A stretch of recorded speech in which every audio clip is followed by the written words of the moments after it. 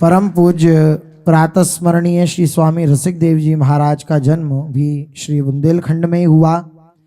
आप श्री नरहरि देव जी महाराज के प्रधान शिष्य थे। आपकी अपने गुरुदेव के चरणों में अनन्य निष्ठा थी।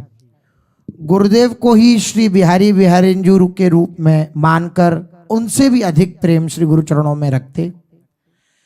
श्री नरहरि देव जी ने आपकी निर्मल प्रीति को प्रकाशित करने के लिए एवं ऐसा गुरु अनुराग का अद्वितीय उदाहरण प्रकाशित करने के लिए आपको विविध प्रकार से कसौटी पर करसा और तपाया। आज भी ऐसे गुरुनिष्ठ होते हैं, ये दर्शाने के लिए गुरुदेव ने एक लीला करी। अपने द्वितीय शिष्य श्री केशव दास जी को नरहरि देव जी ने कहा कि हमें रसिक दास जी की परीक्षा लेनी है, तो इन्हें तरह तरह से उद्वेग उत्पन्न करो, इन्हें हमारे प्रति किसी भी तरह से निष्ठा में कमी आए ऐसी कुछ परिस्थिति प्रकट करो, और इसमें तुम्हारी भी परीक्षा है।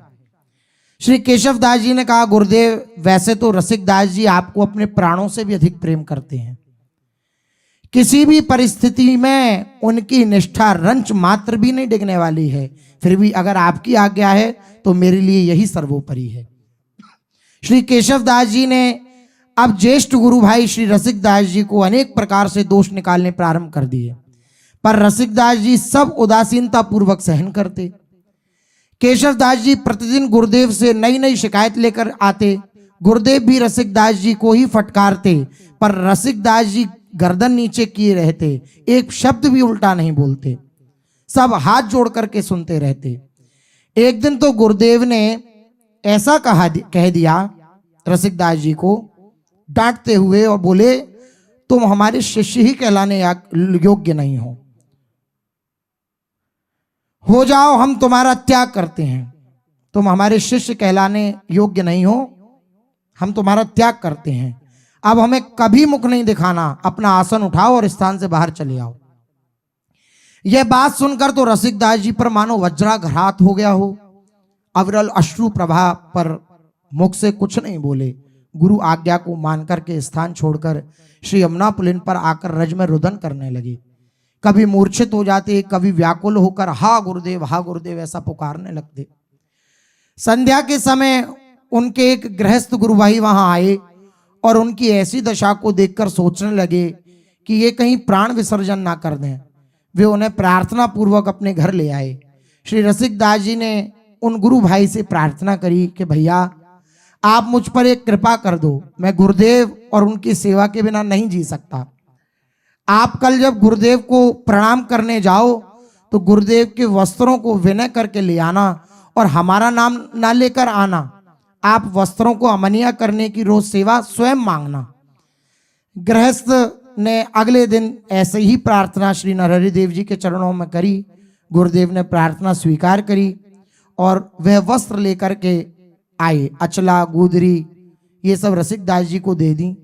जब वे उन वस्त्रों को लेकर श्री रसिक दास जी के समीप आए तो मानो रसिक दास जी को नया जीवन मिल गया हो। वे बार बार उन वस्त्रों को कभी शीश पर कभी नेत्रों पर लगाते, बार बार उनकी दंडवत परिक्रमा करते। रसिक दास जी ने अत्यंत भाव में भरकर गुरुदेव के वस्त्र अमनिया किए और फिर उनकी तय घड़ी लगा करके अपने गुरु भाई को दिए। वे गृहस्थ भक्त उन वस्त्रों को लेकर जब गुरुदेव के समीप आए तो गुरुदेव वस्त्रों को स्पर्श करते ही जान गए कि ये सेवा इस गृहस्थ ने नहीं करी, ये रसिक दास जी ने करी है। वे अंदर से तो बड़े प्रसन्न हुए, लेकिन बाहर से क्रोधित होकर बोले, ये सेवा तुम्हारी नहीं है, हो ना हो ये रसिक दास का ही काम है। उसे बोलना हमारी आज्ञा है, तुरंत वृंदावन का त्याग कर दे, हम उसकी कोई सेवा नहीं चाहिए। यह सुनकर सब संतों, रसिकों और रसिक दास जी के गुरु भाइयों के हृदय में अपार कष्ट हुआ। उस समय रसिक दास जी के साथ उनके 4 शिष्य और भी थे, उनको भी स्थान से निकाल दिया गया। अब रसिक दास जी अपार वेदना से भर गए और गुरु आज्ञा का तुरंत पालन करते हुए वृंदावन का परित्याग करके अपने शिष्य जुगलदास, विलासदास आदि के साथ मथुरा आ गए।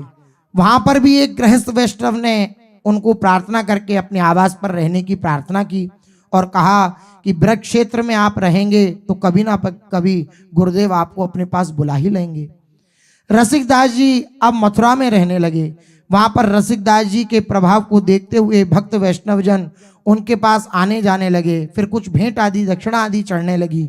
तो रसिकदास जी ने मथुरा के ही एक स्वर्णकार को प्रार्थना की, जो उनका गुरु भाई था, कि ये सब धन न्यौछावर गुरुदेव के चरणों में समर्पित कराया करो। जब गुरुदेव श्री नरहरि देव जी ने रोज भेंट आते देखी तो सत्य पूछा। तब उन्हें पता लगा कि रसिकदास जी ने ही भिजवाई है। तब उसे सुनार को डांटते हुए बोले कि जाओ और तुरंत रसिकदास से कहो कि मथुरा भी छोड़कर चला जाए। यह आज्ञा जब रसिकदास जी को पता चली तो धड़ाम से मूर्छित हो गए और गिर पड़े। अब उन्हें कोई आशा नहीं दिख रही थी, पर आज्ञा का तुरंत पालन करते हुए वे मथुरा से बुंदेलखंड के गांव में रहने लगे। शरीर बिल्कुल कृश हो गया। सारा दिन विरह में हा गुरुदेव रटते रहते। जब कोई भक्त वैष्णव उनसे मिलने आते तो वे कहते, हम तो अपराधी हैं, हमारे मुख देखने से आपको भी गुरुद्रोह का अपराध लग जाएगा, आप अपना भजन कीजिए। इस विरह वेदना को निरंतर बढ़ता देख रसिकदास जी के शिष्य बड़े व्याकुल हुए। एक दिन रसिकदास जी ने अपने शिष्य जुगलदास से कहा कि तुम मेरे इस कष्ट को दूर करने के लिए कृपा कर दो, तुम वृंदावन चले जाओ और गुरुदेव की सेवा में रहो। इतना काल व्यतीत हो गया, गुरुदेव की कोई सूचना नहीं मिली, तुम वहां जाकर पत्र से गुरुदेव का कुशल क्षेम बता दिया करना। जुगलदास जी बोले, पर हमें तो वहां से निकाल दिया गया है, वहां अब हमको भी कहां रहने देंगे। रसिकदास जी ने तुरंत युक्ति सोची और बोले कि मैं तुम्हें एक उपाय बताता हूं, तुम वहां जाकर संतों की सभा में जाकर कह देना कि मैंने अपने गुरु श्री रसिक देव जी का त्याग कर दिया है, अब मैं अपने दादा गुरु श्री नरहरि देव जी के ही को गुरु मानता हूं। मैं ये बात शपथ खाकर कहता हूं, यदि मैं असत्य बोलूं तो मुझे 7 जन्मों तक श्री वृंदावन की रज प्राप्त ना हो। यह बात सुनकर रसिकदास जी के शिष्य जो जुगलदास जी थे, उनके कष्ट की सीमा नहीं रही। व्यापार अंधकार को देख रहे थे, मुख से शब्द नहीं निकल रहे थे। हाय, ये कैसी विचित्र हृदय विदारक परिस्थिति आन खड़ी हुई।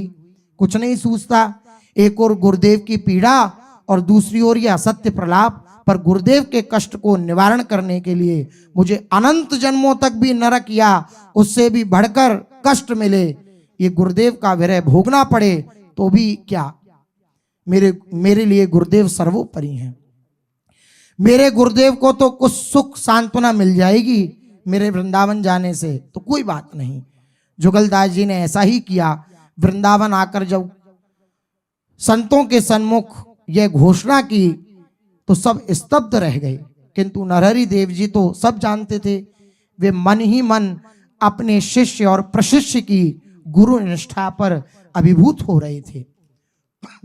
कुछ समय बीतने पर रसिकदास जी को सूचना मिली कि श्री सद्गुरुदेव भगवान श्री नरहरि दास जी बुंदेलखंड पधार रहे हैं। पर हाय, मैं भागा तो यहां भी कहां उनका दर्शन कर पाऊंगा। श्री नरहरि देव जी एक गांव में आकर अपने शिष्यों और संतों सहित रुके।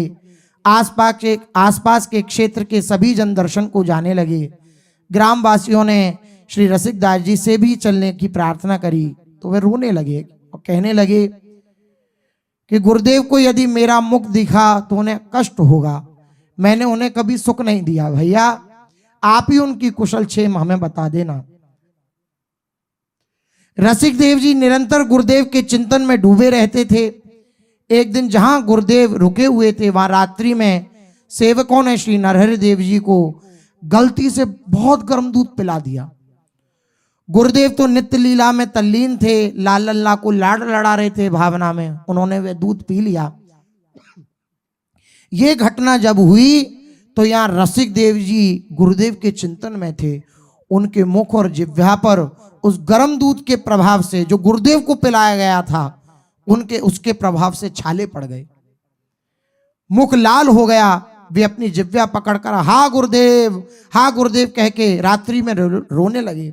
आसपास वाले संतों ने देखा तो पूछने पर रसिक देव जी ने बताया कि गुरुदेव को किसी ने बहुत उष्ण दूध पिला दिया है और उनकी जिह्वा में कष्ट है। सबने देखा, रसिकदास जी के भी छाले पड़े हुए थे।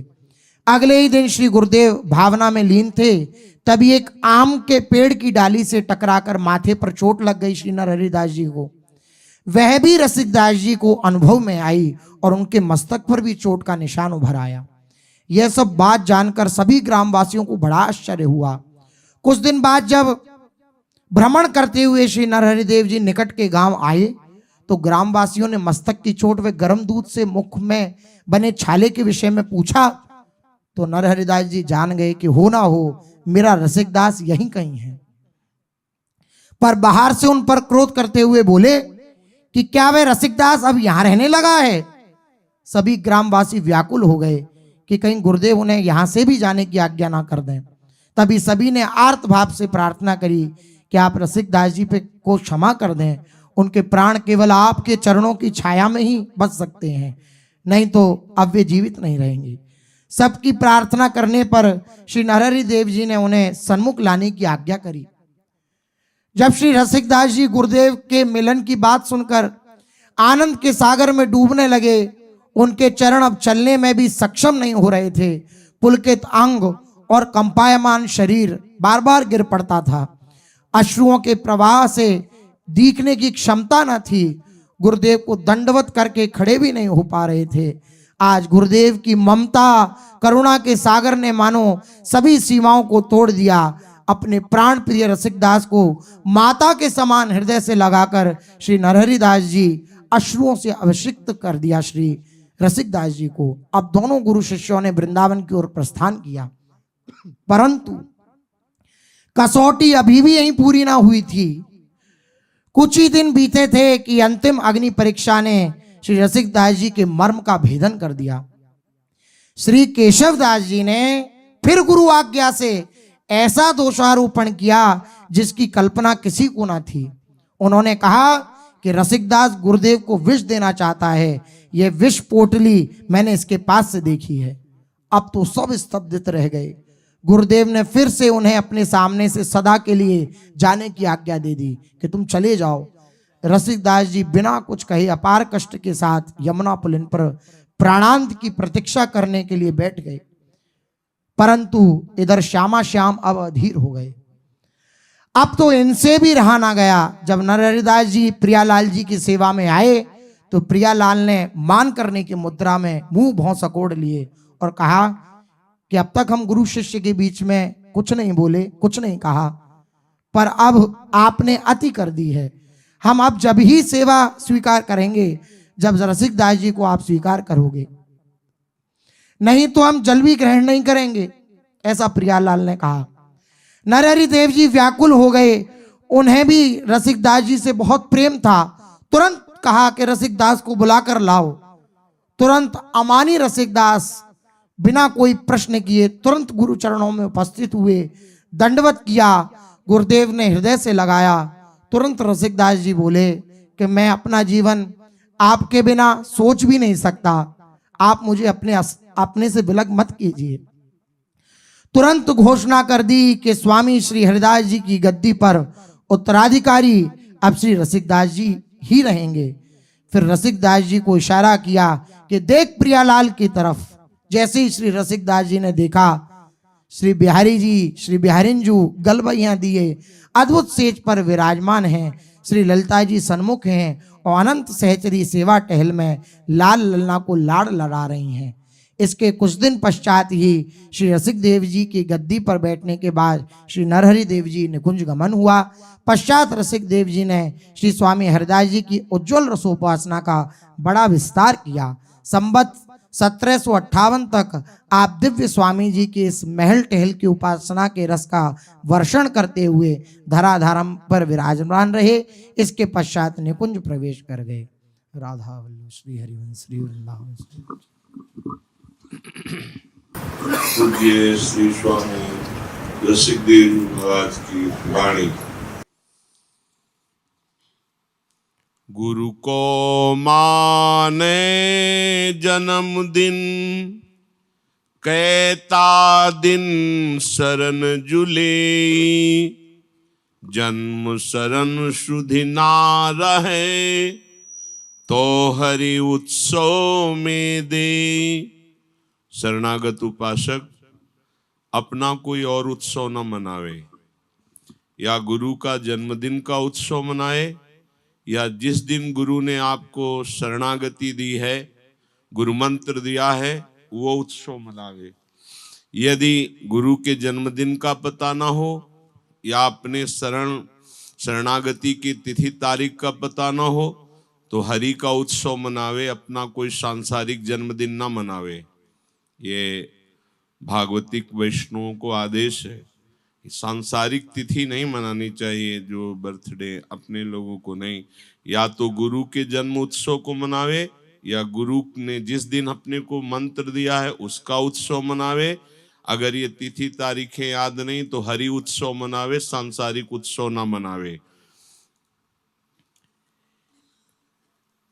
छोड़ी अविद्या जीव तू शेष विद्या नित्य, कोई बैरो नाहिन तेरो सबे देखियत मित्र।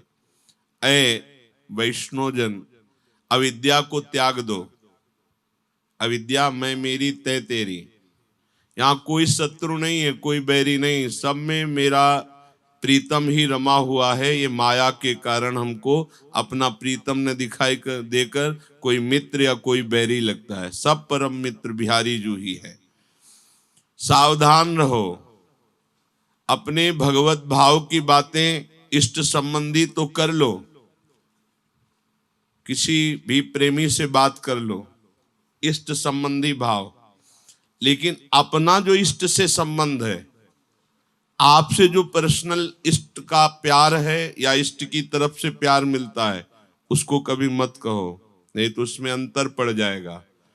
भावता की बात को ज्यों भावे त्यों भाखी, जाको कहिए समझबो तासो अंतर राखी। जो अपने इष्ट संबंधी प्रेम भाव है वो तो वर्णन करो प्रेमी जनों के बीच में, लेकिन जो इष्ट से संबंध है, जो केवल गुरुदेव ने दिया है, समझाया, उसे गुप्त रख लो, उसे अंतर बना के रखो, उसे किसी से मत बताओ। अर्थात जो इष्ट का आंतरिक प्यार है, जो इष्ट का आंतरिक आपका संबंध है, जो गुरुदेव ने दिया है, जो गुरुदेव की आंतरिक कृपा है, वो कभी वर्णन नहीं करनी चाहिए। बाहरी भाव की बातें, भगवत भाव की बातें, प्रेम भाव की बातें करें, लेकिन जो समझने के लिए जो अंतर संबंध है उसको कभी प्रकट न करे उपासक। श्री रसिक देव जी महाराज, बिहारी जी से ऐसे प्रेम करो कि उनके गले पड़ जाओ, किसी भी स्थिति में मत छोड़ना। श्याम हो तुम्हारे गरे परो, जो बीती तुम ही सो बीती, मन माने सुकरो। श्याम हो तुम्हारे गरे परो। हे बिहारी जू, अब तो हम तुम्हारे गले पड़ गए, जो भी हो रहा है वो आपकी कृपा से हो रहा है, अब जैसा भी आगे होगा सब आपकी कृपा से होगा, जो मन भावे सो करो, अब तुम्हें हम छोड़ने वाले नहीं, हम तो तुम्हारे गले पड़ गए। करी अनीति कछु मिति नाही, नख सिख दोष भरो। हे प्रभु, मैंने तो सदैव अनीति ही की, गलती ही की, और गलतियों की कोई गिनती नहीं, मिति नहीं। मैं नख से सिख तक दोष भरा हुआ हूं। मोतन चितय आप तन चितो, अपने बिरद ढरो। हमारी तरफ देखो मैं कितना नीच हूं, पर आप अपनी तरफ भी देख लो कि आप कितने उदार हैं। और आपका ये बिरद है, बाना है कि पतितों को पावन करना। तो मैं पतित हूं, आप पावन करने वाले हो, आप अपने बिरद में रहो, मैं तुम्हारे गले पड़ गया हूं। की जय लाज शरण आए की, जिन जिय दोष धरो। प्रभु अब तो लाज रखो, मैं आपके शरण में आया हूं, आप हमारे दोषों को मत गिनो। नाथ आपका शरणागत हूं, अब कोई भी बात होगी तो आपकी ही बात होगी, ध्यान रखना। अगर कहीं भी कुछ भी हुआ तो यही कहा जाएगा कि बिहारी जी का दास है। तो अपनी जांग उघारे, सुख सागर तुम ही लाज मरो। अगर हमारा कुछ भी हुआ तो आप ही का होगा, समझ लो, आपका नाम आगे रहेगा। अब तो आपके गले पड़ गए हैं, अगर थोड़ा भी अपनी जांग उघारे तो अपनी इज्जत जाती है। तो आप जान लो हमारा कुछ भी होना आपकी ही इज्जत पे है, क्योंकि हम आपके गले पड़े हैं, आपके शरणागत हैं। बिनती करो काहि हो मिल के, सबको कहत बुरो। नाथ किनसे विनती करूं, कोई मुझे स्वीकार करेगा? सब मुझे बुरा कहते हैं। हे नाथ, श्री रसिक दास की आस करुणानिधि तुम ही ढरो सो ढरो। हे करुणानिधि बिहारी जू, आप ही ढरो, आप ही करुणा करो तो करो, मुझे कोई स्वीकार करने वाला नहीं। श्याम हो तुम्हारे गरे परो। हे बिहारी जू, मैं आपके गले पड़ गया। प्यारी जू तै मोहि मोल लियो, प्यारी जू तै मोहि मोल लियो। तेरी कृपा मदन दल जीत्यो, तेरे जियाए जियो। प्यारी जू तै मोहि मोल लियो। श्री बिहारी जू लाडली जू से कहते हैं, हे प्यारी जू, आपने मुझे खरीद लिया। निरतन भ्रकुटि बदन अम्बुज मृदु सरसहास मधु बोलन, अति आसक्त लाल अलिलम पट बस कीन्हे बिनु मोलन। बिना मोल के बिक गए बिहारी जू। प्यारी जू से कहते हैं, प्यारी जू तहे मोहि मोल लियो। आहा, तेरी कृपा मदन दल जीत्यो, तेरे जियाए जियो। कौन सी ठौर अपने को मिली है? जिन बिहारी जू की अद्भुत महिमा अखिल ब्रह्मांडों में, जैसी हरिवंश प्रताप रूप गुण बैबल श्याम उजागर, वो हमारी प्यारी जू से कैसे कह रहे हैं, प्यारी जू तै मोहि मोल लियो, तेरी कृपा। ओहो, जिनकी कृपा को ऋषि ब्रह्मादि सनकादि याचना करते हैं, वो प्रभु प्यारी जू से कहते, तेरी कृपा मदन दल जीत्यो, तेरो जीवायो जियो। बलिहार, आपके जियाए जी रहा हूं, आपकी ही कृपा को से ही हमने काम की सेना को पराजित किया। उमड़ी सैन महामनमथ की तय अधरामृत दियो। आपके अधरामृत के बल से ही ये विजय प्राप्त की है। श्री रसिक बिहारी कहत दीन होए, धन श्यामा जू को हियो। रसिक बिहारी जी करे, धन्य हो हमारी श्यामा जू की जय हो। श्यामा जू का कितना उदार हृदय है। भाग बड़ो वृंदावन पायो। श्यामा जू की उदार कृपा से बड़ा भाग्य हो गया अब हमारा। हम बड़भागी हो गए क्योंकि हमें वृंदावन धाम मिला। जारज को सुर नर मुनि वांछित, विधि शंकर सिर नायो। भाग बड़ो वृंदावन पायो।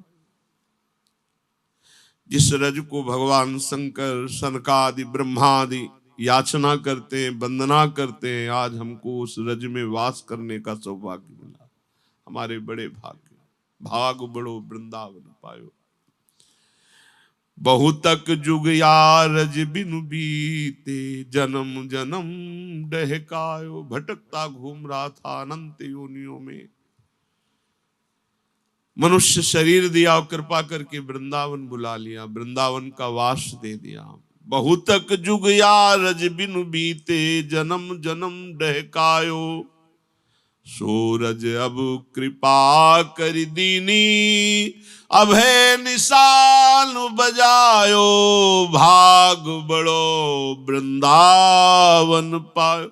अब रज दे दी, अब तो चौड़ी छाती करके निर्भय होकर बोल रहा हूं कि अब मेरे बड़े भाग मुझे वृंदावन मिला। अब कोई डर नहीं, अभय निशान बजायो। आई मिलो परिवार आपने, हरि हंसी कंठ लगायो। ओहो, ये हमारा परिवार है।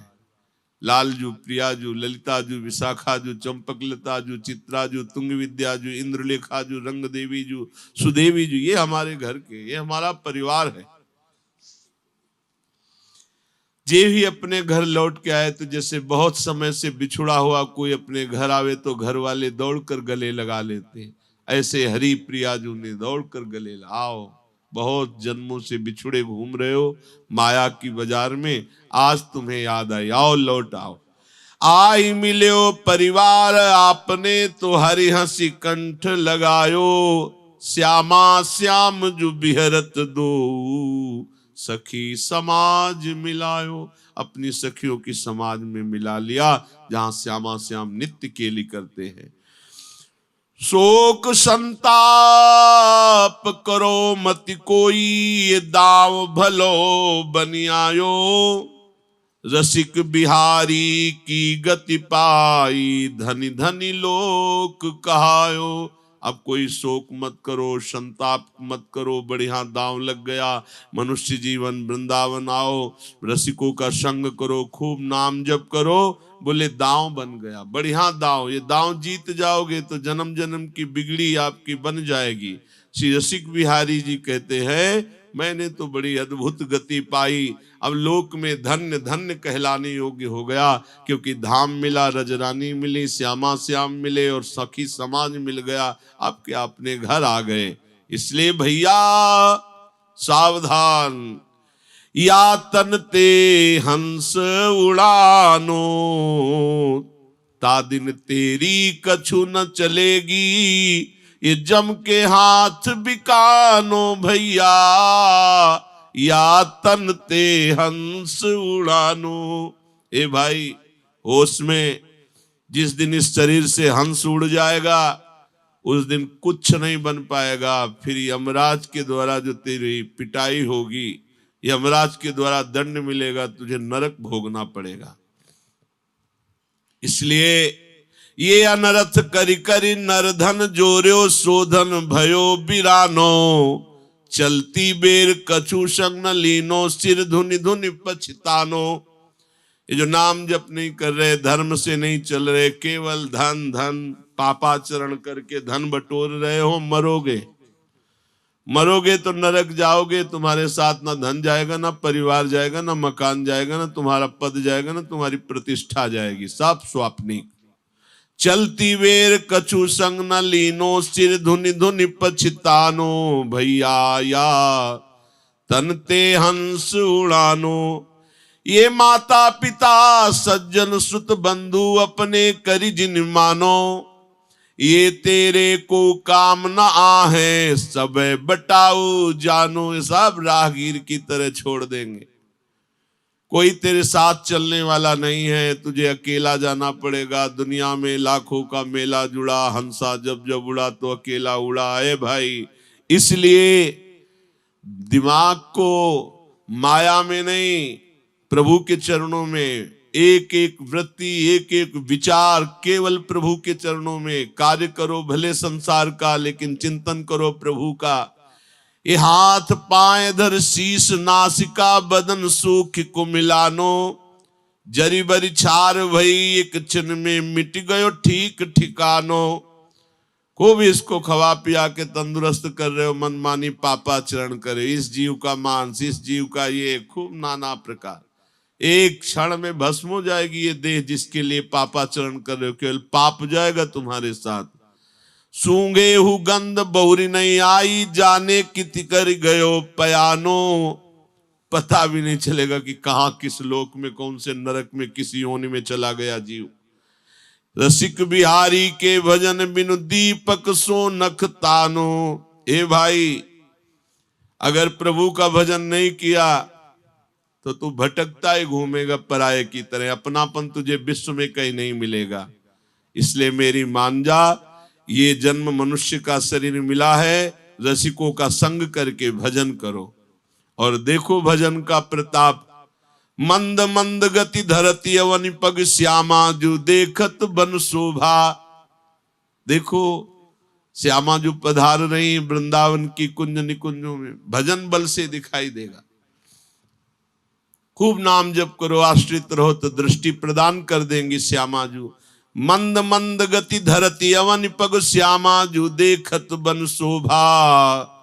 प्रीतम को गहे हाथ, पाछे निज सखी साथ, चंवर सो भंवर उड़ावती, निकट झुकी आवत सौरभ के लोभा। प्यारी जू के अंग की सुगंध के लिए लोभी भ्रमर आसपास आके मड़राते सखियां चंवर से भ्रमर को हटा रहे हैं। प्यारे जो हाथ पकड़े हुए प्रिया जू का चल रहे। कालिंदी के कुल नाना विधि फूले फूल रास कछु कहत बात मंद मुस्क्या चितवत चित शोभा। ओ देखो कैसे बिहारी बिहारिन जो परस्पर मंद मंद मुस्कुराते हुए हाथ में हाथ दिए हुए यमुना के किनारे सुंदर जो कुंज वाटिकाएं खिली हुई उनकी शोभा देखते हुए पहुंच रहे यमुना के पावन तट पर। एक दूसरे से मुस्कुराते हैं, एक दूसरे के चित्त को चुराते हैं। सखियां देखकर आनंद मगन हो रही। फिर श्री रसिक बिहारी रूप जियारी बैठे पुलिन बिछाई दुकुल आनंद के गोभा। सखियों ने वस्त्र बिछाया यमुना जी के पावन तट पर। उसी वस्त्र पर प्रियालाल बैठे रसमयी बातें कर रहे हैं। रसिक बिहारी जी कह रहे ये शोभा का हम पान कर रहे हैं।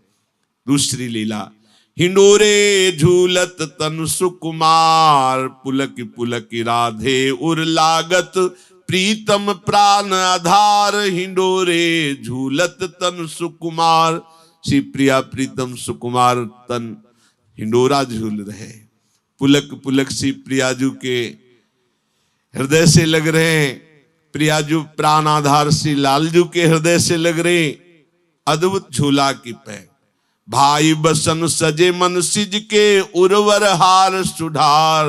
सुख में झूलती कुंवरी लाडली रमकत श्याम उदार। जुगल रूप अनुरूप विराजत मन मत भेद अपार। श्री रसिक बिहारी को सुख निरखति खरे कुंज के द्वार। श्री रसिक बिहारी जी करे कुंज के द्वार में खड़े होकर हम ये प्रिया प्रीतम की अद्भुत सूरत शोभा अद्भुत झूलन लीला का दर्शन कर रहे हैं। श्री बिहारी जू खेलत बसंत, कभी झूलन, कभी यमुना के पावन तट पर, कभी अद्भुत बसंत शोभा। रंग बरी सब सखी विराजति राधे जू रूप लसंत। श्री बिहारी जू खेलत बसंत, फूले जौवन मोर मंजरी अधर पान उलहंत। आयो मदन मनो शयन साज के चंवर चिकुर ढरंत। छूटत मूक झूक सौरभ की नैन गुलाल उड़ंत। कूजत मधुकर मंजीर कोकिला बाजे बजत अनंत। मचो परस्पर खेल कटाक्षन क्रीड़त भामिनी कंत। श्री रसिक बिहारी को सुख निरखत धीरज कौन धरंत। श्री रसिक बिहारी प्यारी के संग रस भीने खेलत बसंत। विविध पदों के द्वारा श्री बिहारी बिहारिन जी की अद्भुत बिहार लीला का गायन किया। उन्हीं के चिंतन में सदैव डूबे रहते। और ऐसे गुरु भक्त तो कोई बिरले, लाखों रसिकों में कोई ऐसे होते हैं। लाखों संसारियों में नहीं, लाखों भक्तों में नहीं, लाखों रसिकों में कोई ऐसे बिरले भक्त होते हैं गुरु भक्त जो अपनी ऐसी गुरु निष्ठा, वो प्राण बलिहार है। श्री स्वामी रसिक देव जी के चरणों में बार बार यही प्रार्थना है कि ऐसी गुरु भक्ति यत्किंचित हमारे हृदय में भी जागृत हो जाए। जिन्होंने हमें नाम दिया, जिन्होंने मंत्र दिया, जिन्होंने लाडली लाल दिए, ऐसे गुरुदेव के लिए इतना समर्पण बलिहार है। बस कृपा करें, नाम वाणी में रुचि हो और गुरुदेव की आज्ञा पर जीवन समर्पित हो और गुरुदेव के चरणों में लाडली लाल से बढ़कर प्यार हो। हमारे लाडली लाल साक्षात गुरुदेव बनकर विराजमान है। ऐसी भावना कभी स्वप्न से भी ना टरे। जागृत की तो बात क्या, स्वप्न में भी हम देखें अपने गुरुदेव को तो यही देखें कि मेरे लाडली लाल का मिलित रूप मेरे गुरुदेव भगवान विराजमान है।